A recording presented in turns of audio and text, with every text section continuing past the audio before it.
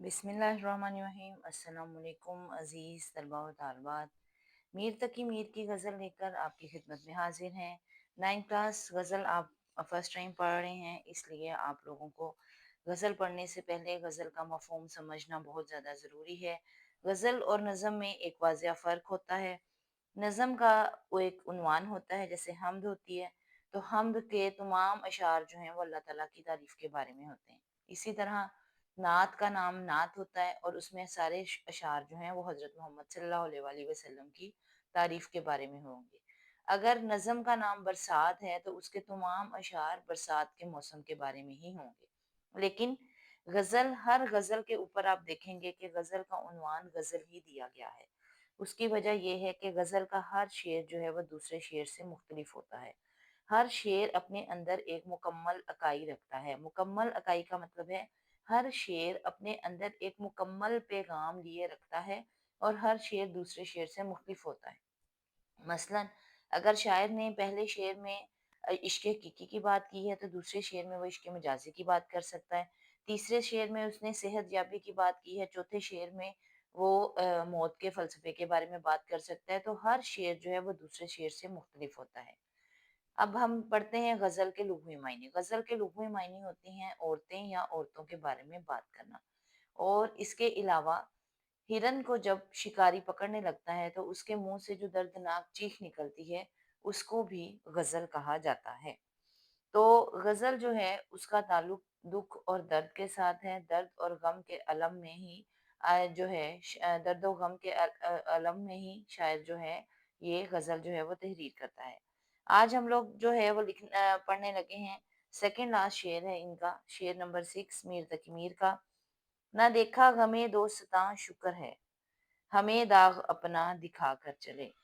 शायर कह रहा है कि शुक्र अल्हम्दुलिल्लाह, इजहार तशक्कुर कर रहा है कि अल्लाह ताला ने हमें सिर्फ अपने ही गम सहने का मौका दिया है। हम सिर्फ अपनी ही मुसीबतें, अपनी ही तकलीफें बर्दाश्त करते हैं।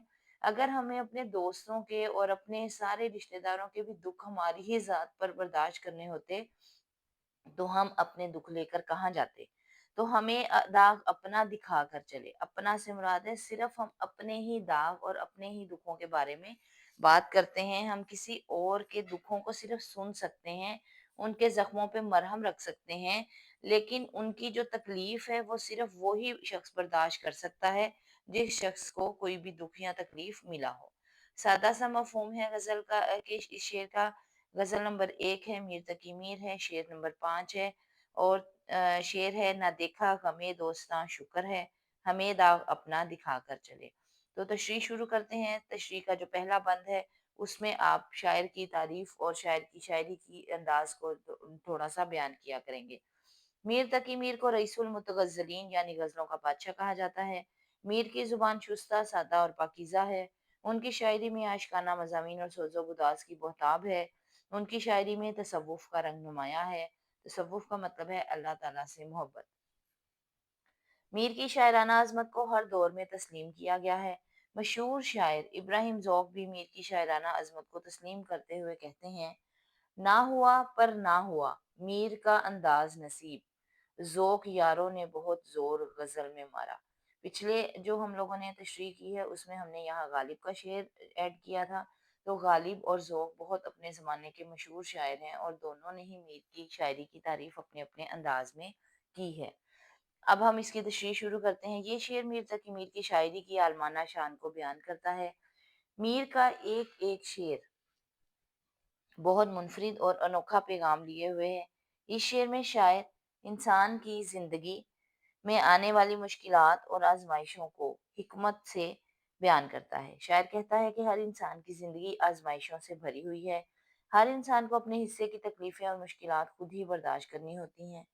दरअसल ये आजमाइशें और दर्दो गम इंसान को बज़ाहिर मुश्किल तो मालूम होते हैं, लेकिन ये दुख और तकलीफें इंसान को अंदर से मजबूत कर देते हैं।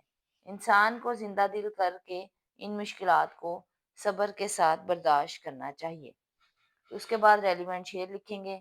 जिंदगी जिंदा दिली का नाम है, मुर्दा दिल क्या खाक जिया करते हैं। ये शेर शायर की इनफरादियत को जाहिर करता है। शायर अल्लाह ताला का शुक्र अदा करता है कि अल्लाह ने इंसान को सिर्फ अपने ही दुख बर्दाश्त करने का ज़रिया बनाया। वो दूसरों के दुख सिर्फ सुनता है, उनकी तकलीफ़ों पर उन्हें हौसला तो दे सकता है, वो किसी के दुखों पर मरहम तो रख सकता है, मगर हर शख्स को अपनी तकलीफ़ें खुद ही बर्दाश्त करनी होती हैं। ये मुकाम शुक्र है कि इंसान सिर्फ अपनी ही आज़माइशों को बर्दाश्त करता है। अगर उसे अपने दोस्तों के दुखों को भी बर्दाश्त करना पड़ता, तो वो कैसे ज़िंदगी गुज़ारता? उसकी सारी ज़िंदगी तो रोते ही गुज़र जाती। जिंदगी है या कोई तूफान है, हम तो इस जीने के हाथों मर चले। ये अल्लाह की बहुत बड़ी मेहरबानी और लुत्फ़ो करम है कि इंसान को सिर्फ अपने ही दुख बर्दाश्त करने पड़ते हैं। दूसरा मिसरा शायर की खुद शिनासी और इनफरादियत की अलामत है। वो कहता है कि अल्लाह ने उसे उसके अपने जख्म और दर्द का सामना करने का मौका दिया, जो इसे अपने वजूद को समझने और जिंदगी के मकसद को जानने का जरिया बना। ये दुख, तकलीफ़ें और ज़ख्म इंसान को रूहानी और अंदरूनी तौर पर मजबूत करते हैं, क्योंकि इसके अंदर सब्र बर्दाश्त करने के जज्बे परवान चढ़ते हैं और इन आजमाइशों के ज़रिए ही वो अल्लाह के करीब होता है। एंड पर आप फ़रामीन मुस्तफ़ा सल्लल्लाहु अलैहि वसल्लम लिखेंगे। फ़रामीन मुस्तफ़ा सल्लल्लाहु अलैहि वसल्लम है, अल्लाह पाक है, अल्लाह पाक जिसके साथ भलाई का इरादा फरमाता है, उसे मुसीबत में मुब्तला कर देता है। यानी शायर ये कहता है कि अल्लाह ताला अपने पसंदीदा बंदों पर ही आजमाइशें भेजता है और इसलिए उन आजमाइशों को इंसान को बहुत हौसले और बर्दाश्त के साथ, सब्र के साथ बर्दाश्त करना चाहिए। इस तरीके से आज हमारी शेर नंबर 6 की तशरीह जो है वो मुकम्मल होती है। अब हमारा लास्ट शेर रह गया है। उम्मीद है कि आपको तशरीह की समझ आ रही होगी और आप इसको लिख भी रहे होंगे। चैनल को सब्सक्राइब कर लीजिएगा, लाइक कर लीजिएगा, कमेंट सेक्शन में अपने कमेंट से आगाह ज़रूर कीजिएगा। अस्सलाम वालेकुम वरहमतुल्लाहि वबरकातुहू।